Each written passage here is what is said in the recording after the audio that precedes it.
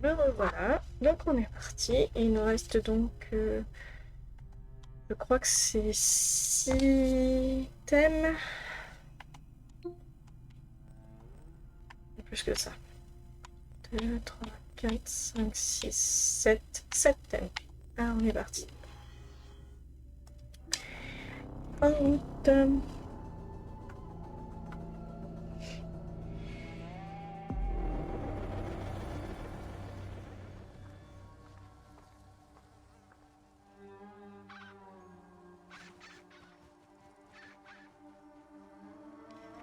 Alors on est parti. Allez. Bienvenue dans le complexe funéraire de Khéops. Le temple de la vallée était le premier élément architectural visible à l'entrée du complexe funéraire. Il était considéré comme l'entrée officielle du tombeau et associait les éléments architecturaux d'un temple et d'un portique. Le temple de la vallée de Khéops présente des traces de chaussées en basalte qui indiquent où se trouvait la partie portique de l'édifice. Une telle partition aurait symbolisé les aspects souterrains et solaires de l'au-delà.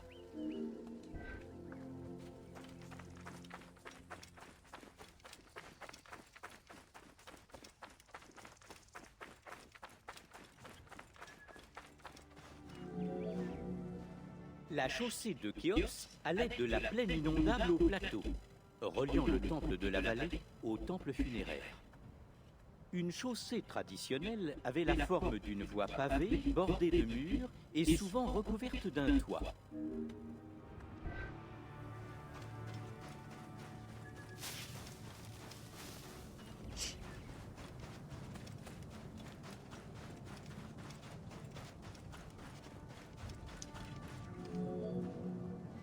Des fragments mis au jour par les archéologues montrent que les murs de la chaussée de Khéops, l'une des plus longues connues, étaient décorés de reliefs et peut-être de peintures. Les thèmes des décors étaient très variés, étoiles au plafond et scènes de bataille sur les murs. D'autres reliefs présentaient la création du complexe, sous la forme d'ouvriers au travail.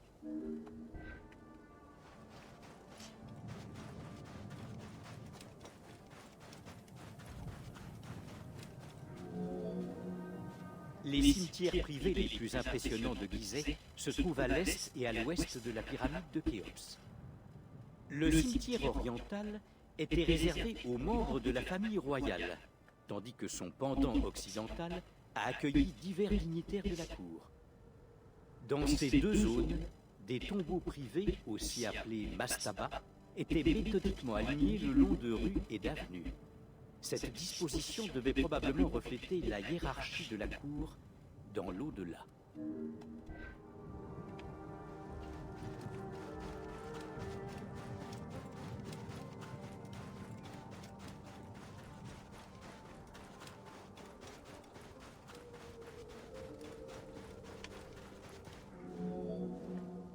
À l'est de la pyramide de Khéops se trouvent trois édifices plus petits, les pyramides des reines.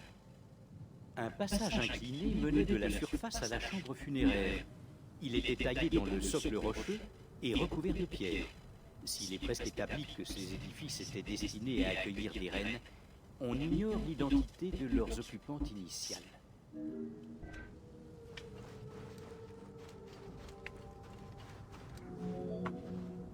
La pyramide la plus septentrionale était probablement destinée à la reine Hétépérès, la mère présumée de Khéops.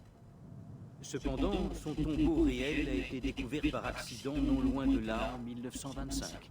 Il était dissimulé au fond d'un profond puits en maçonnerie dans une chambre souterraine.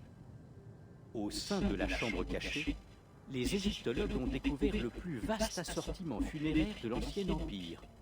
Mais le corps était absent.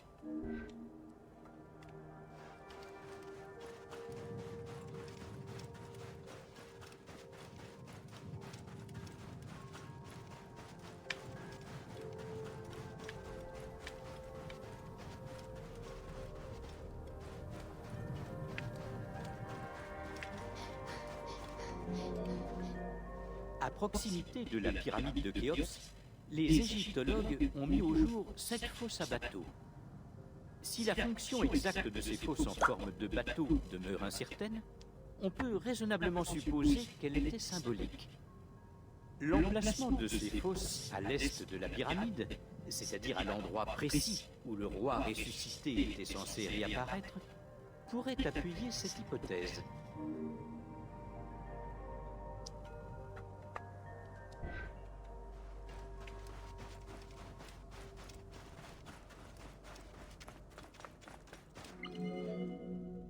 Les 2 fosses du sud, recouvertes chacune de gigantesques dalles de calcaire, ont été découvertes en 1954 par Kamal El-Malak, un égyptologue égyptien.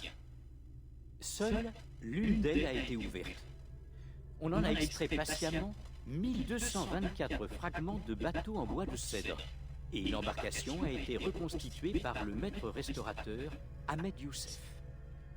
Ce processus a pris 28 ans. Youssef a suivi les lignes de mortier et les jonctions des tenons, et relié les pièces à l'aide de cordes végétales, afin que la reconstitution soit aussi authentique que possible.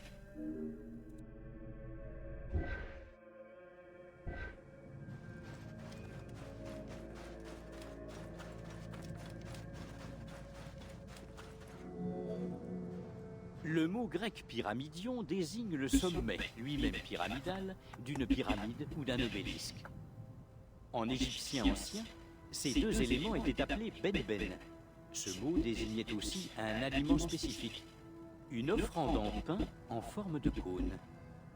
Le pyramidion était une reproduction miniature de la pyramide, ce qui lui conférait une importance symbolique identique.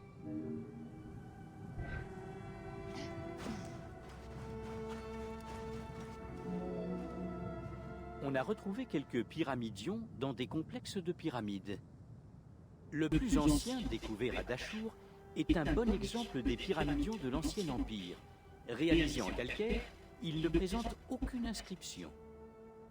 Des pyramidions gravés ont été retrouvés dans des chapelles funéraires privées.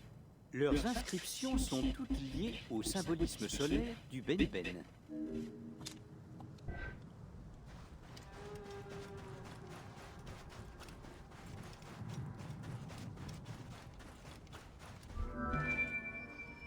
Les pyramidions des pyramides de Gizeh n'ont jamais été retrouvés. Leur reconstitution dans le jeu est fictive et intègre un pyramidion en or portant des inscriptions liées à Khéops.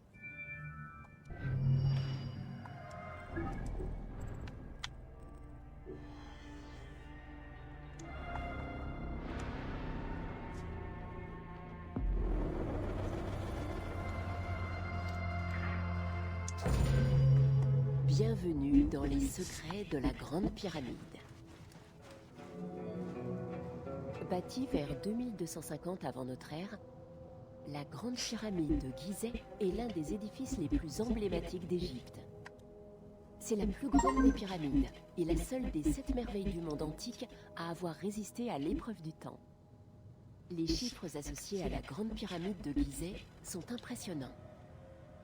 Une main-d'œuvre de plus de 20 000 hommes, 6 millions de tonnes de pierre et un chantier de 20 ans. Une entreprise gigantesque pour le tombeau d'un pharaon.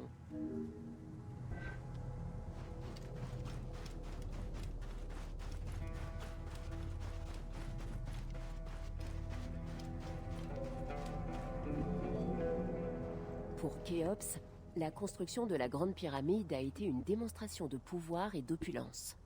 Elle fait partie du vaste complexe funéraire du pharaon, qui comprend aussi 2 temples, 3 pyramides annexes, une chaussée et une nécropole pour les bâtisseurs. On peut penser que la construction de ces monuments a été un moyen de prouver que Khéops était l'un des plus puissants pharaons à régner sur une Égypte unifiée. «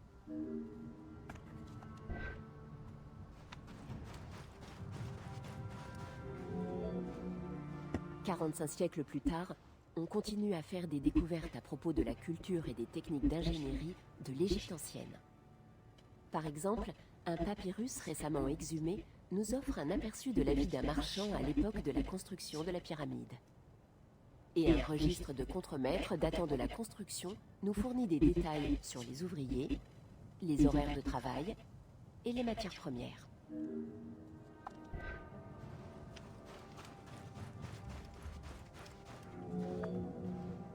Il est intéressant de noter qu'à l'époque de Cléopâtre, la fonction céleste de la pyramide, sa construction et l'utilité de ces mystérieuses salles intérieures avaient déjà été oubliées. Ce n'est que grâce à des études approfondies que nous commençons aujourd'hui à lever certains des mystères de la Grande Pyramide. Re Max, comment ça va? Depuis tout à l'heure.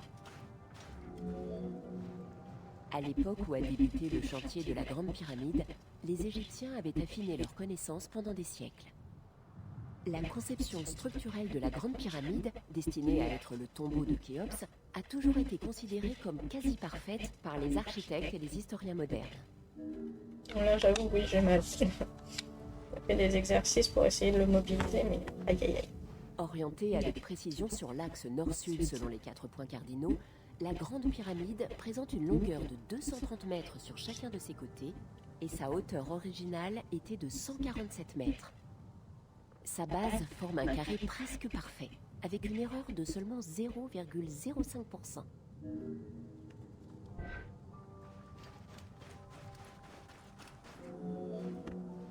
Afin d'obtenir la forme d'une vraie pyramide, il a fallu tenir compte de nombreux éléments lors des phases préparatoires et faire preuve d'une grande précision lors de l'exécution. Il était particulièrement important de contrôler l'angle d'inclinaison de chacun des flancs à toutes les étapes de la construction. Je sais pas, moi, le kiné sur moderne, il faut pas que ça fasse mal. La construction de la Grande Pyramide a nécessité des blocs de calcaire extraits de carrière d'une masse de 2 à 15 tonnes. La manière dont ces blocs ont été assemblés fait encore l'objet de débats parmi les architectes et les égyptologues. La précision de sa construction, à une époque où l'on ne disposait que d'outils de métal mou, ainsi que l'échelle colossale de sa construction, font de la Grande Pyramide l'une des prouesses les plus impressionnantes du génie civil. Là, le souci, c'est que l'inflammation est revenue dans le genou. Et que quoi qu'on travaille, j'ai mal et j'ai de nouveau mal dans ma cheville. On estime que la construction de la Grande Pyramide a nécessité entre 600 000 et 2 millions de blocs de pierre. Des experts ont calculé que la mise en place des 2,3 millions de pierres dont est composé ce monument aurait exigé le déplacement de 12 blocs par heure, sans interruption, pendant 20 ans.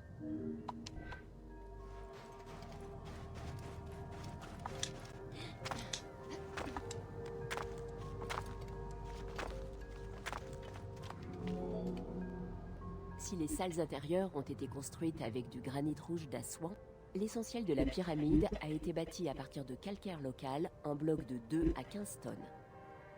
La manière dont les pierres ont été mises en place fait l'objet de débats. De récentes recherches partent du principe qu'elle a été construite autour d'une vaste rampe intérieure. Oui, j'ai de la glace et puis j'ai mes électrodes chez moi. Donc. Si je vois que tout à l'heure, après le stream, ça va pas, je fais une séance. Le registre récemment découvert a confirmé que le calcaire de qualité destiné au revêtement extérieur arrivait par bateau depuis une carrière située à Toura, sur l'autre rive du Nil. Une fois l'édifice achevé, le revêtement lisse et poli de la Grande Pyramide devait refléter les rayons du soleil, ce qui lui valut le nom d'horizon de Khéops.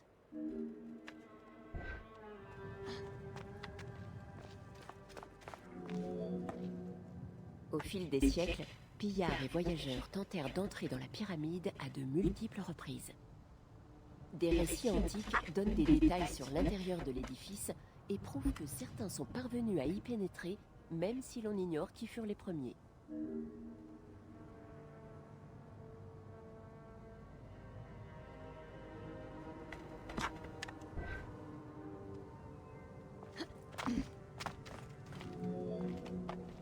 L'entrée principale de la Grande Pyramide se trouve à 17 mètres au-dessus du sol. Elle fait face au nord pour qu'elle soit alignée sur l'étoile polaire. Ce passage a été découvert dès l'Antiquité, mais toutes les tentatives d'entrer dans la pyramide ont échoué en raison de la présence de gigantesques blocs de pierre verticaux. Et donc, les visiteurs actuels de la Grande Pyramide continuent d'emprunter l'entrée des voleurs. Donc tous ceux qui vont visiter, vous êtes des voleurs. C'est ça en fait ce qu'elle est en train de dire. Hein.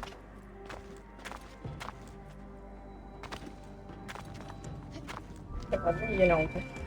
L'entrée des voleurs aurait été ouverte au IXe siècle sur ordre du calife Al-Mamoun.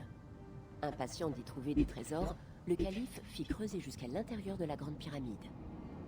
Le scénario le plus probable est que les ouvriers élargirent un corridor taillé par des pilleurs de tombes de l'Antiquité. C'est ainsi que notre équipe justifie l'accès à cette merveille.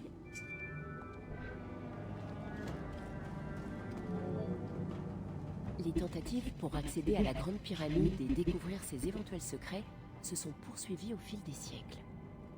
Au XIXe siècle, l'idée selon laquelle une entrée existait sur la face sud a amené à ce qu'on y perce un trou à l'aide d'explosifs, sans autre résultat que de terribles dégâts. Si de nos jours on continue à chercher d'autres chambres et passages cachés, le principal objectif est surtout de préserver l'édifice. Bah oui. C'est une merveille, quoi.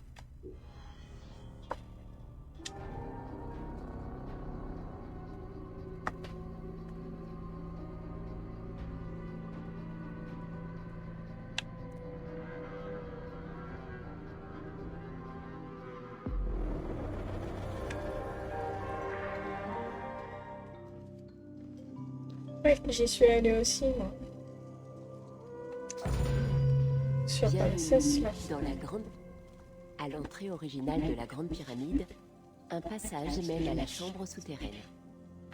Ces murs ont été taillés dans la roche préexistante du plateau, puis recouverts d'un fin calcaire uni. La pente de ce passage, appelée descendrie, est très prononcée, 26 degrés. Étroit et bas de plafond, ce couloir est long et difficile. Ah oui, elle était trop bien. J'y suis allée au mois d'août. Enfin, oui, c'était celle sur Ramsès, c'est ça? Le passage original mesure 145 mètres de long, mais notre équipe en a diminué la longueur et l'a rendu plus haut et plus large. Son objectif, lors de la reconstitution de ce lieu, était de conserver le caractère confiné de la Grande Pyramide, tout en permettant des déplacements aisés dans le jeu.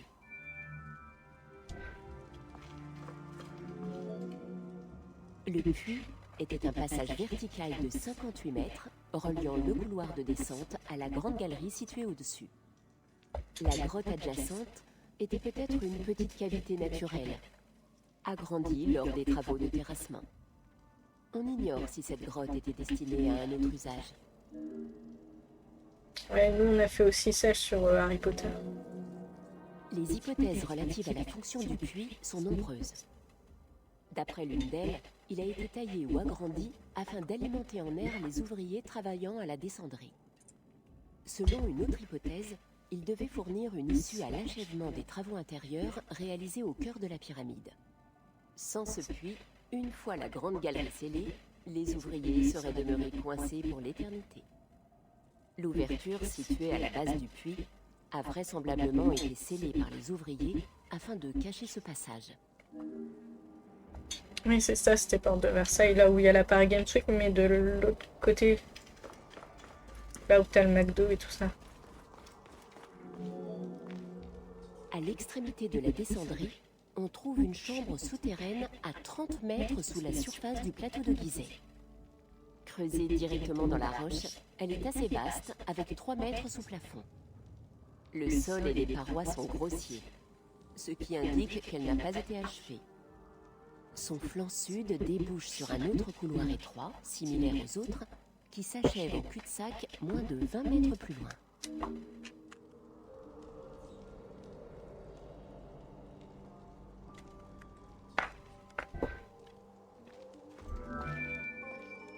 Cette chambre abrite également un puits de 11 mètres.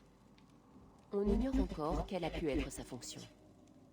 Dans le jeu, ce puits mène à un complexe souterrain fictif abritant des mystères de premier plan dans l'univers du jeu. Alors, je t'avouerai que nous, on a été un peu déçus de Harry Potter parce qu'en fait, c'était vraiment axé que sur les livres. Non, justement, c'était vraiment axé que sur les films. Et nous, on était plutôt les livres avec la copine avec qui j'y suis allée. Et donc, on a bien aimé, mais il manquait plein de trucs en fait.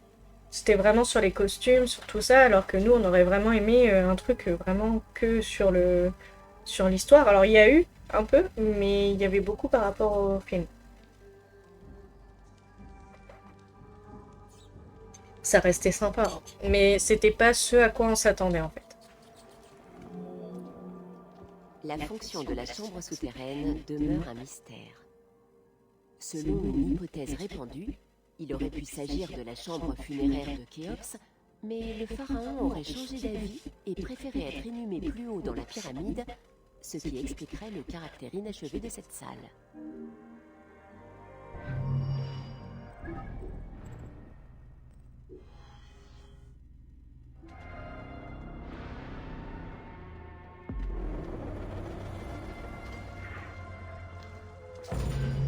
Bienvenue dans la grande pyramide de Gizeh, chambre supérieure. À l'entrée du couloir ascendant, on trouve 3 blocs de granit d'une masse estimée de 25 tonnes chacun. Ils étaient destinés à protéger la pyramide des pillards. Mais les voleurs les contournèrent en creusant dans le calcaire tendre qui les entourait, créant ainsi l'entrée des voleurs.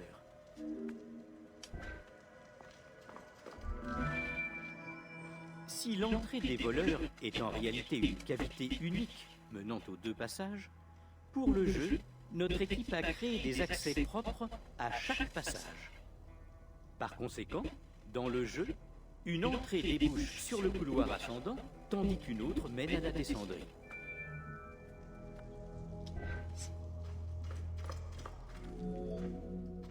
Le couloir ascendant de la Grande Pyramide offre un accès direct à la Grande Galerie.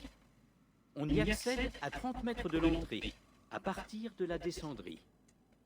Ces 2 couloirs présentent les mêmes dimensions et utilisent la même pente de 26 degrés.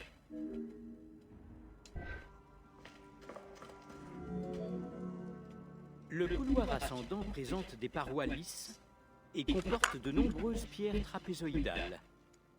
Le sol et le plafond indiquent que le passage a été agrandi, peut-être à l'occasion des funérailles, ou par la suite, afin de permettre aux ouvriers de déplacer les blocs de granit destinés à boucher le couloir.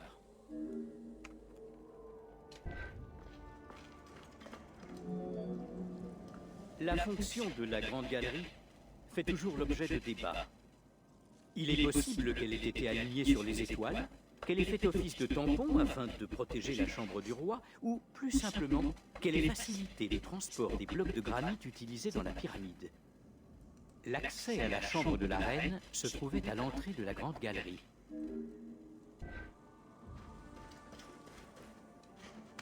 Mais non, tu décides. Bon bah vas-y, avance, hein.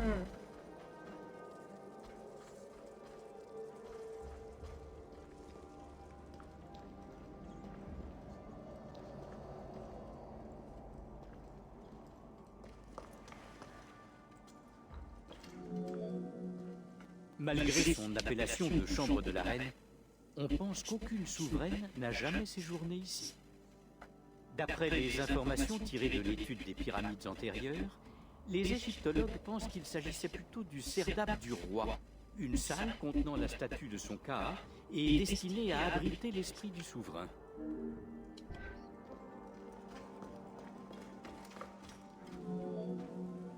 Située au centre exact de la pyramide, selon son axe est-ouest, cette salle présente un plafond voûté et mesure 5,70 m sur 5,20 m. La paroi est comporte une niche surmontée d'une voûte à encorbellement. C'est peut-être là que fut placée la statue du Ka. Derrière cette niche, on trouve un orifice plus petit, sans doute creusé par des voleurs à la recherche d'autres trésors.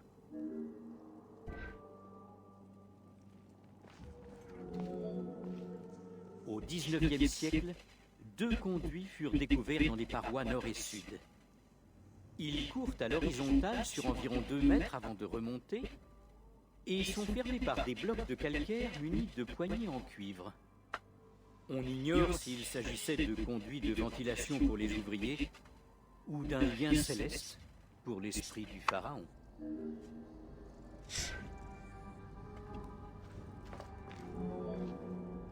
Un scan récent de cette salle a révélé la présence d'une cavité inconnue derrière la paroi nord, au-dessus du couloir descendant. Des analyses sont en cours afin d'établir la nature de cette anomalie, avant de prendre le moindre risque d'endommager l'édifice.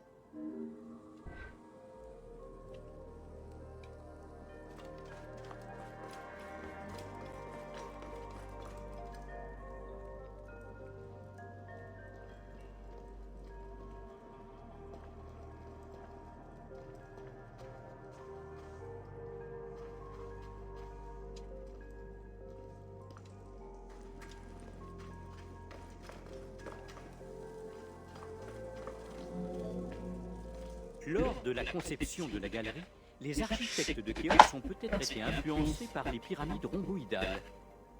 Avec une longueur de 47 mètres et une hauteur de 8 mètres 60, il s'agit de la plus longue voûte à encorbellement jamais construite.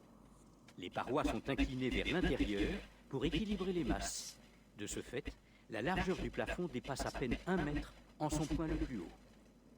Cette technique est utilisée dans d'autres pyramides, mais rares sont celles à présenter une telle précision et une telle stabilité.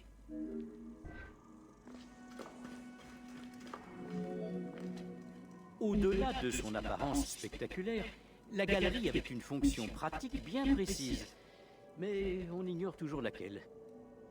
En revanche, la conception des parois contribuait sans doute à la stabilité de la structure, et son sol a probablement aidé les ouvriers à déplacer les matériaux. Une sorte de gouttière court en son centre. Un plancher mobile devait probablement y reposer. Les bancs, surélevés, situés de chaque côté, sont dotés de fentes qui ont peut-être été employées pour la mise en place des blocs de granit.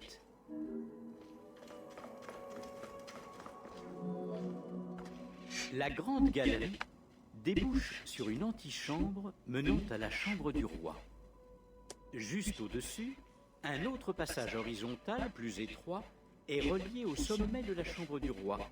Il permettait aux ouvriers d'accéder aux salles d'allègement des charges. Non, c'est pas nouveau, c'est parce qu'il faut 50 followers et non, je les avais depuis que tu es arrivé. Je les ai eus au mois de décembre, les 50. L'extrémité de la grande galerie donne sur une petite antichambre munie d'une herse bloquant l'accès à la chambre du roi. Cette herse était composée de 3 dalles de granit distinctes destinées à être abaissées pour sceller la chambre après l'inhumation du roi. Les sillons creusés pour maintenir les dalles en place sont toujours visibles. Le système de verrouillage élaboré était composé de sillons pour les cordes et de poulies amenant les pierres en position, à l'image des encoches d'une clé. Mais c'est vrai que tout à l'heure, ça a mis le truc des followers, tout ça. Je suis arrivée à 70, je crois, avec ton arrivée. Pour le jeu, notre équipe a décidé d'ôter les dalles de la herse afin de permettre aux joueurs d'accéder à la chambre du roi. Dans la réalité, les ouvriers ont quitté la salle après les funérailles, puis abaissé chaque dalle derrière eux, l'une après l'autre. Ces 3 pierres ont été brisées par des voleurs dans les siècles qui ont suivi. Les preuves de cette effraction sont encore visibles aujourd'hui. La chambre du roi a été entièrement réalisée en granit rouge.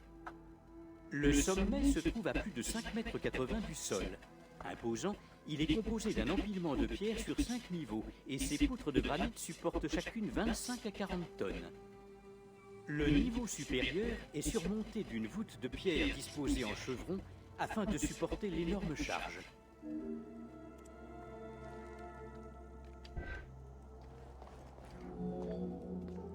Comme pour la chambre de la reine, 2 conduits relient la chambre aux faces nord et sud de la pyramide.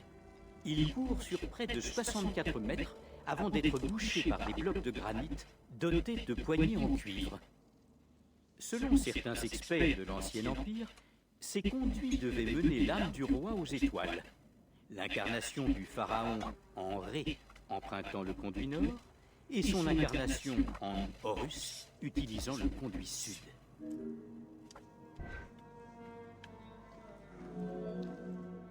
La chambre abrite un sarcophage en granit dans sa partie ouest, mais ce sont des inscriptions laissées par des ouvriers dans les pierres du plafond qui ont confirmé qu'il s'agissait de la dernière demeure de Khéops. Lors de sa découverte, le sarcophage était vide. Sa fabrication indique qu'il était muni d'un couvercle. il est possible qu'il n'ait été qu'un cénotaphe dédié à la mémoire du pharaon, et qu'il n'ait jamais été destiné à recevoir sa dépouille.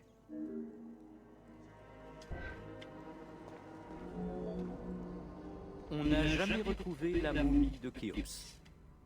On espère que des sages et conduits encore inconnus de la pyramide fourniront des informations sur son emplacement.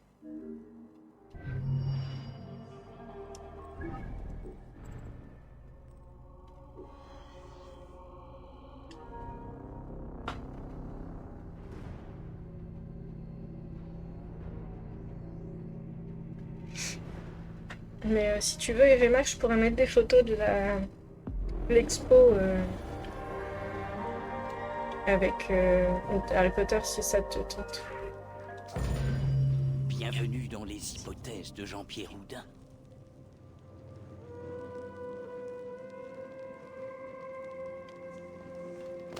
J'en mettrai dès que j'aurai fini. Notre équipe a souhaité offrir aux joueurs des sensations d'exploration et de découverte, en particulier dans la Grande Pyramide. Pour ce faire, nous avons décidé de reprendre pour son aménagement intérieur les théories de Jean-Pierre Houdin. Si les antichambres du tombeau du roi n'ont pas encore été découvertes, Houdin avance que ceci est dû au fait que ce tombeau a été placé au centre de la pyramide. Toute votre visite est fondée sur les hypothèses émises par Houdin.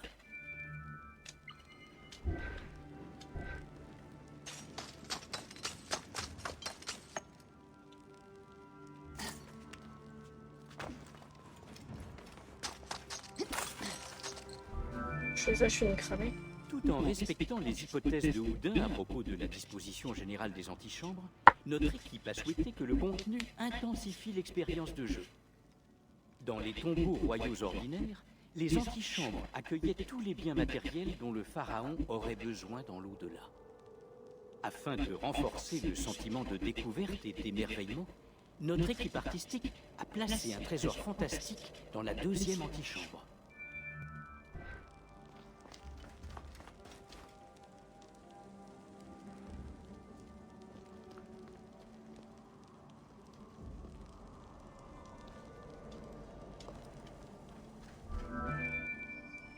Si l'on en croit Houdin, le couloir ascendant et la grande galerie ont été utilisés par les ouvriers pour acheminer les lourdes poutres qui surplombent la chambre du roi.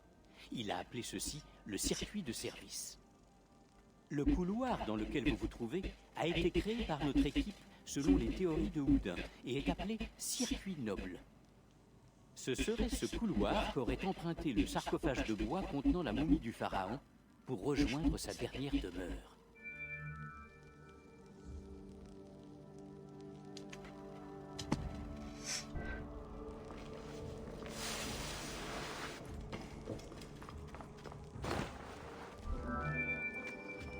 Compte tenu de cette structure, on est en droit de penser que l'entrée de la pyramide était reliée aux deux antichambres. Des recherches récentes ont révélé la présence possible d'une cavité derrière des chevrons de la face nord de la pyramide.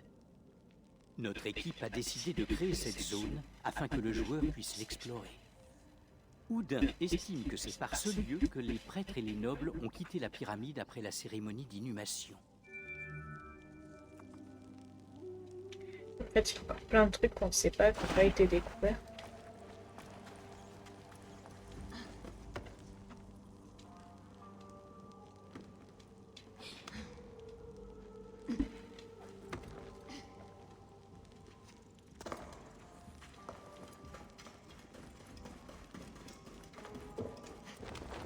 Oh. Ouais. De nombreuses théories relatives à la construction de la Grande Pyramide évoquent l'emploi de rampes extérieures. Houdin, quant à lui, pense qu'une rampe extérieure aurait présenté une pente trop prononcée dans la partie supérieure de la pyramide. Il envisage par conséquent deux rampes, une rampe extérieure pour la partie basse de la pyramide, se muant en rampe intérieure pour les portions médianes et supérieures. Bah oui, parce que si je comprends bien, ça a été scellé de façon à pas être pillé et apparemment ça a été plutôt bien scellé, quoi. Et s'ils regardent, il faut s'ils cassent ou s'ils ouvrent, il faut qu'ils le fassent sans mettre la structure en danger, quoi. Selon Houdin, cette rampe intérieure suivait les flancs de la pyramide sous la forme d'un colimaçon ascendant. Une encoche, découverte dans l'arête de la Grande Pyramide, la salle de Bob, semble conforter cette hypothèse. Située en bordure de chaque arête de la pyramide, ces vastes salles auraient permis de faire pivoter la pierre de 90 degrés et de continuer son ascension. Notre équipe a décidé de créer des salles telles que celle-ci et ainsi de donner vie à l'hypothèse de Houdin.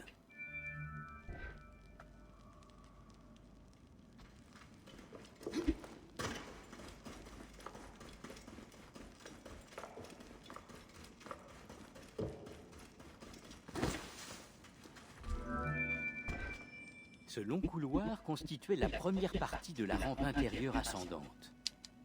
Il aurait été utilisé pour faire monter les blocs composant la Grande Pyramide, en les faisant pivoter à l'emplacement de chaque arête pour permettre la poursuite de l'ascension. Pour le jeu, notre équipe n'a créé que la rampe principale. Mais selon Houdin, cette rampe aurait comporté 2 niveaux, ce qui aurait permis aux ouvriers de redescendre sans risque grâce à une partie supérieure à encorbellement. Et c'est ça, c'est les voleurs qui ont créé les chemins d'accès et ils savent pas à en créer d'autres, quoi. À en trouver d'autres, tu vois. Pour l'instant.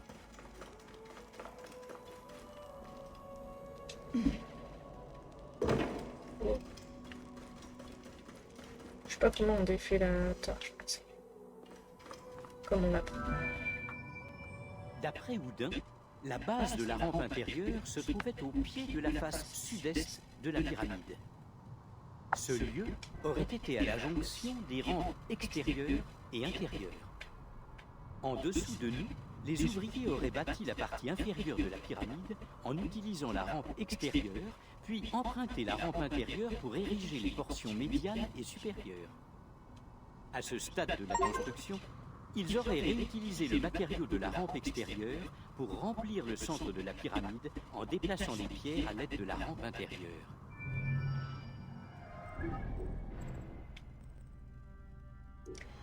Ça en faisait, hein, des choses, enfin, de l'ingénierie et tout, enfin, tout ce qu'ils ont fait, c'est... Waouh.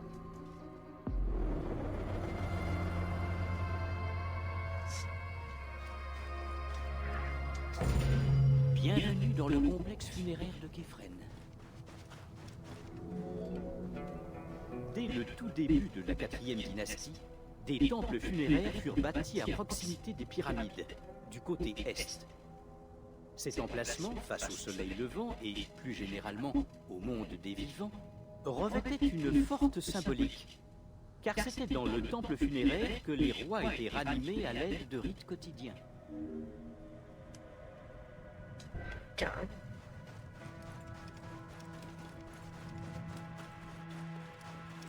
Parce que bon, ils ont quand même la contrainte du sable, hein, c'est pas rien.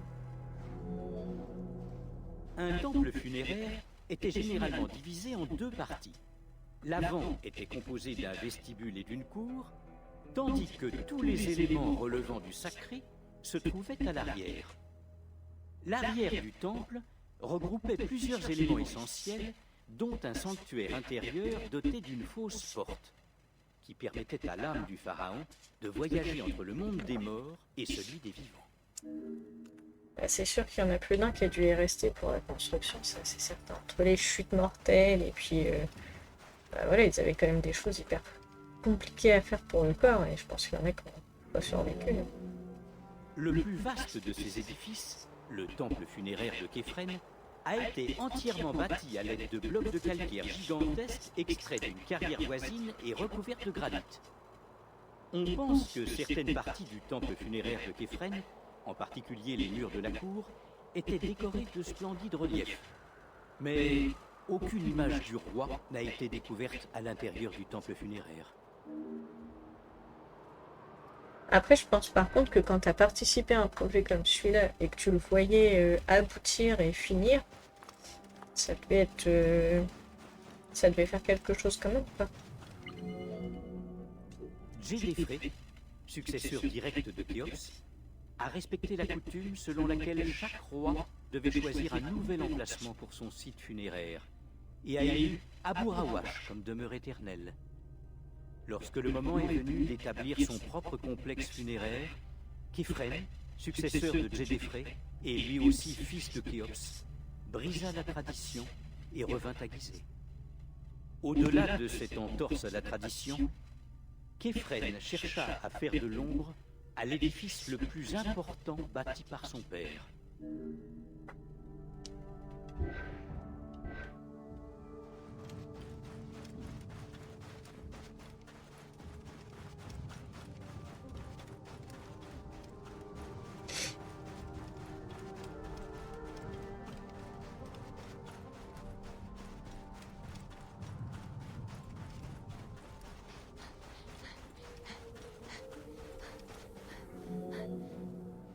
Si la pyramide de Képhren, proprement dite, est plus petite que celle de Khéops, elle a été bâtie sur un socle rocheux plus élevé que celui de la Grande Pyramide, ce qui la fait paraître plus haute que les autres.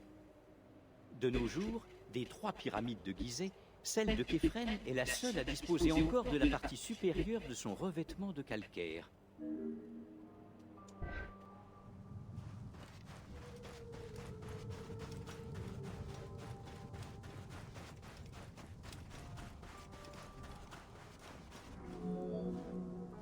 Considérée comme un lieu hautement sacré, la nécropole de Gizeh était clairement délimitée, tant géographiquement que physiquement. Un mur en calcaire de Toura, d'une épaisseur de 8 mètres, entourait entièrement la Grande Pyramide. L'unique moyen d'accès était de traverser le temple funéraire.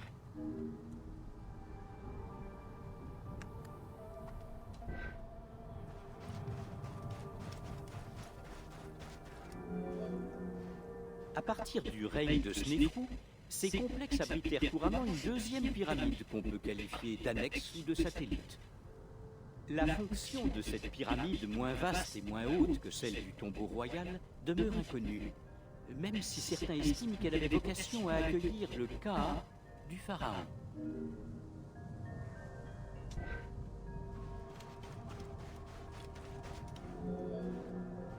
Dans les médias grand public, le Ka est souvent présenté comme l'âme du pharaon.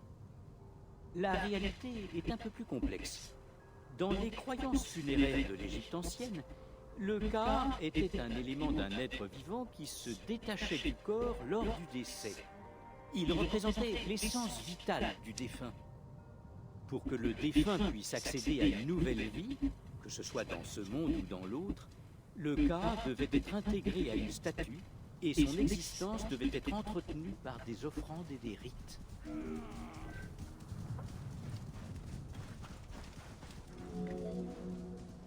Dans la pyramide satellite de Képhren, les archéologues ont découvert un coffre en bois renfermant des fragments de cèdre. Après assemblage, il s'avéra qu'il s'agissait d'une sorte d'autel sur un traîneau. Comme pour les barques solaires trouvées autour de la pyramide de Khéops, il semble que le sanctuaire et les traîneaux de Képhren aient été déposés rituellement après ses funérailles. Bon, bah, on va entamer le The Last One, le dernier. Nous aurons fini.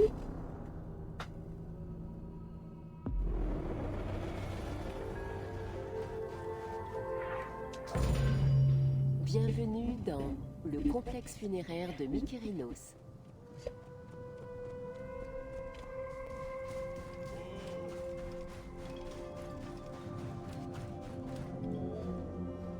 Les dimensions de la pyramide de Mykérinos sont nettement moins imposantes.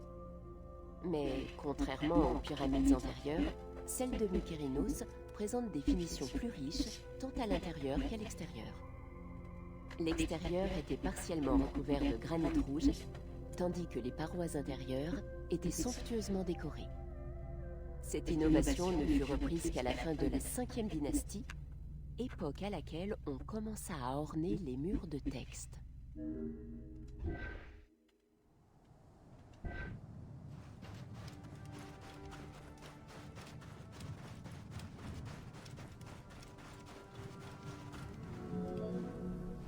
La pyramide de Mykérinos comporte 2 passages inclinés situés sur le côté nord de la structure. Le premier a été abandonné pendant la phase de construction, mais le deuxième, situé un peu au-dessus de la base de l'édifice, représente la véritable entrée.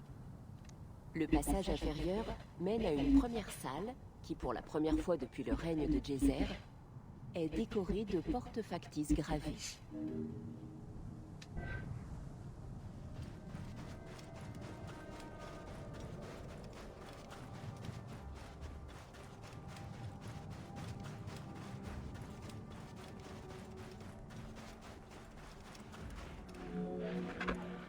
À la mort de Mykérinos, le complexe comprenant sa pyramide était inachevé. Il fut terminé à la hâte et sans grand soin par son successeur, Shepsékaf.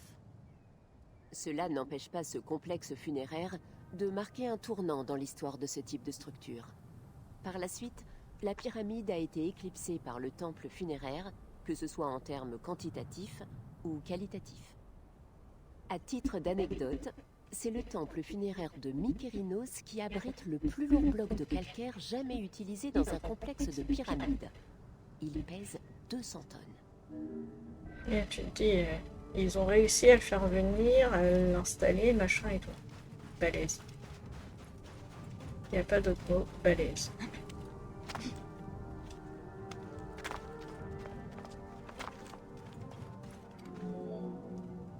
La chaussée de Mykérinos a été réalisée en briques crues sur ordre de son successeur. Mais sa partie inférieure n'était guère qu'une simple rampe. Le temple de la vallée a été bâti en 2 phases. Les fondations ont été réalisées en calcaire du vivant de Mykérinos, mais le temple lui-même a été construit en briques crues après sa mort. Cette option funeste l'a empêché de résister au temps et il a dû être entièrement reconstruit pendant la 6e dynastie.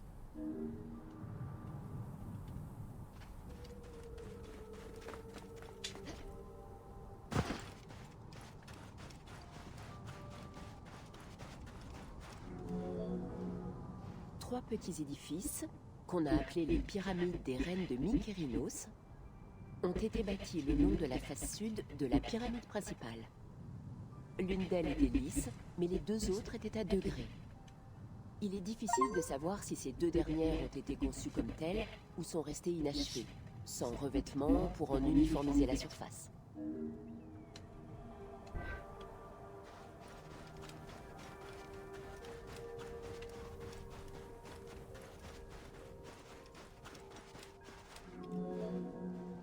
La plus orientale a été bâtie en utilisant l'arrangement classique de salles et de couloirs des pyramides satellites destinées à abriter le Ka du roi. On y a cependant trouvé un sarcophage, ce qui laisse à penser qu'il avait été conçu pour être un véritable tombeau et non pas un cénotaphe symbolique.